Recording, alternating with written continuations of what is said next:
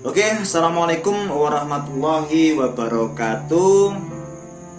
Jumpa lagi dengan saya guys, admin dari Reactive Project. Hari ini saya akan mereaksi sebuah berita yang cukup heboh dan viral akhir-akhir ini, yaitu terkait dengan hilangnya peta Palestina yang dari peta digital Google Map. Benarkah seperti itu? Oke, kita bahas bersama-sama ya. Kita reaksi bersama-sama. Nah, sebenarnya Palestina itu tidak hilang dari Google Map guys ya, nggak hilang sama sekali. Justru yang ada sebenarnya Palestina tidak pernah ada dalam Google Maps, nggak pernah ada. Hanya ditandai dengan garis warna abu-abu ya, garis titik-titik tersebut, garis titik-titik. Nah, seperti itu sebenarnya itu adalah wilayah Palestina. Dan viralnya Palestina ini, hilangnya peta Palestina dari Google Maps ini banyak sekali dibicarakan di Twitter, Facebook, juga YouTube akhir-akhir ini. Juga ditulis di Kompas, saya juga pernah baca beritanya kalau nggak salah kemarin. Palestina memang tidak ada di Google Maps, tidak tercantum wilayah yang seharusnya merupakan wilayah dari negara Palestina tersebut. Bila misalnya kita mengetik di Google Maps ya, kita ketik Palestina, maka yang muncul adalah negara Israel. Palestinanya kemana? Di situ Palestina digambarkan sebagai titik-titik garis terputus-putus berwarna abu-abu, yang sebenarnya itu adalah kawasan wilayah Palestina yang terdahulu. Oke, bisa kita lihat bersama-sama tangkapan layar dari aplikasi Google Maps berikut ini. Coba dilihat ya guys. Seperti itu. Yang sebelah sana itu adalah peta aslinya, kemudian yang satunya lagi adalah peta Google Maps. Ya mirip, tapi yang satu ada kekuasaan wilayah Palestina, sedangkan yang satu nggak ada. Tidak adanya nama Palestina ini menimbulkan pertanyaan di masyarakat dunia guys. Padahal PBB mengakui adanya negara Palestina. Mengutip dari histori atau sejarah ya, lebih dari 135 negara PBB mengakui wilayah negara Palestina. Artinya sekitar 82% dari populasi dunia resmi mengakui Palestina sebagai sebuah negara. Dan dilansir dari Independen, Google memang tidak segera memberikan komentar terhadap tuduhan tersebut guys.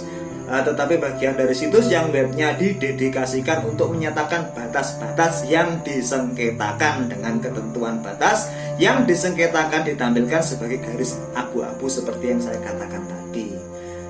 Garis abu-abu terputus-putus tadi ya guys ya.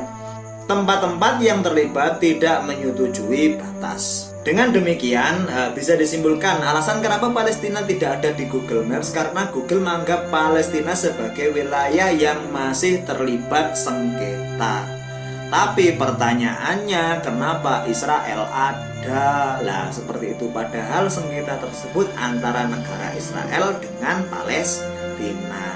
Hal serupa pernah terjadi pada beberapa tahun yang lalu ya. Masyarakat dunia terutama pendukung Palestina yang merdeka juga mempertanyakan kepada Google mengapa Palestina dihapus dari Google Maps. Kalau dulu sih jawabannya gini, mengutip dari pemberitaan yang ada di New York Times pada tanggal 11 Agustus 2016, seorang juru bicara dari Google mengatakan tidak pernah ada label Palestina di Google Maps. Pada saat itu pihaknya mengemukakan ditemukan bug atau kelemahan dari sebuah program ya, yang menghapus nama tepi barat dan jalur Gaza dan mengatakan segera mengatasinya. Akan tetapi pertanyaan selanjutnya, kenapa nggak segera diatasi? Kenapa wilayah Palestina masih belum ada?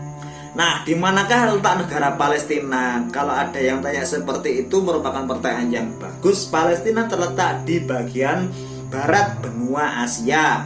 Mengutip dari histori atau sejarah, Palestina adalah wilayah daratan kecil 2.400 mil persegi hingga pada tahun 1948.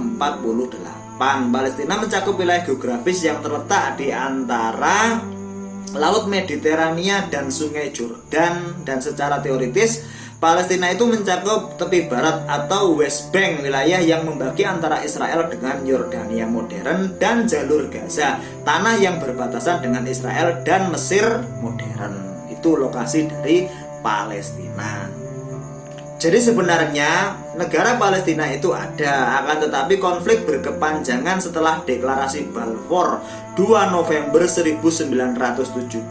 Deklarasi ini menjadikan kenyataan tentang tujuan Zionis untuk mendirikan negara Yahudi di wilayah Palestina.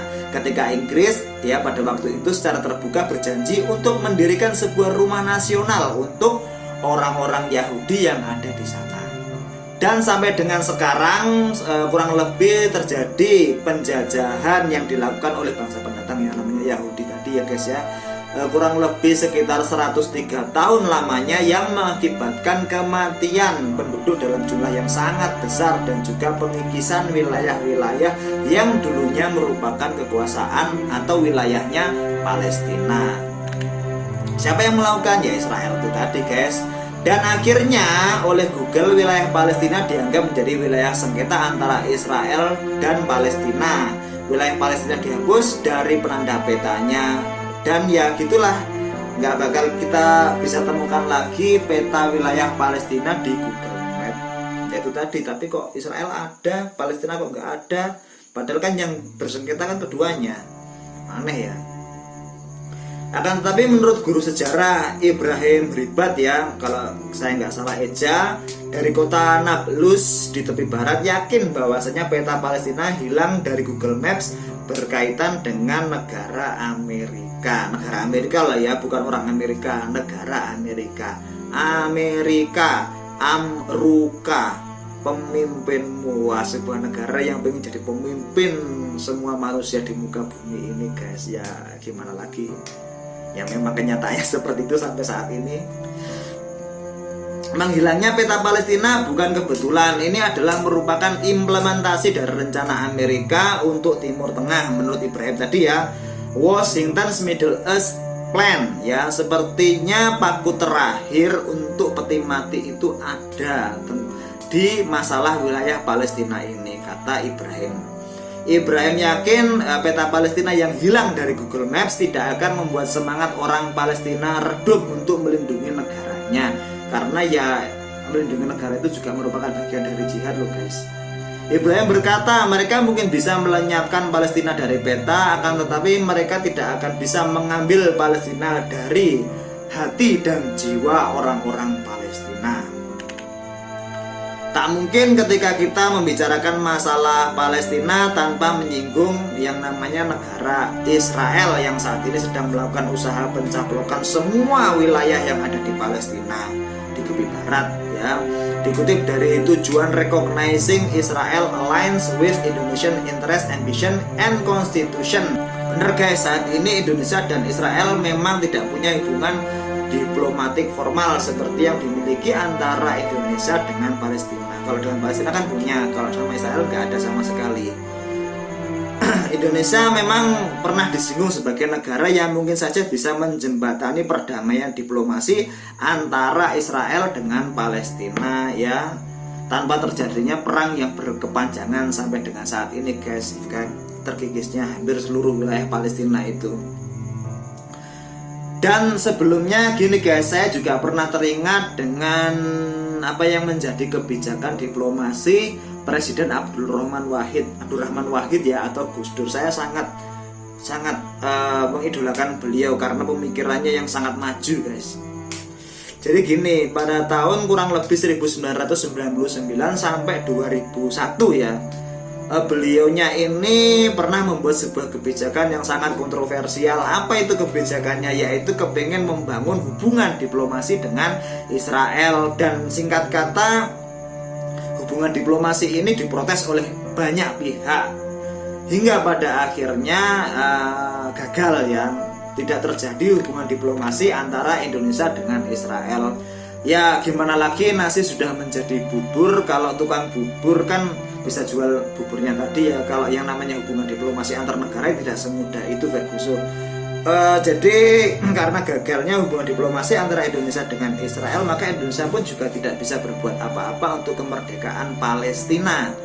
Indonesia mungkin saja masih bisa memberikan sokongan moral, sosial juga mungkin dengan memberikan bahan bahan pangan dan sebagainya kepada masyarakat Palestina, akan tetapi tidak bisa melakukan diplomasi yang bisa menjembatani antara Israel dengan Palestina. Melakukan boikot kepada Israel pun juga nggak mungkin bisa, karena Israel tidak punya ketergantungan dengan Indonesia kayak gitu.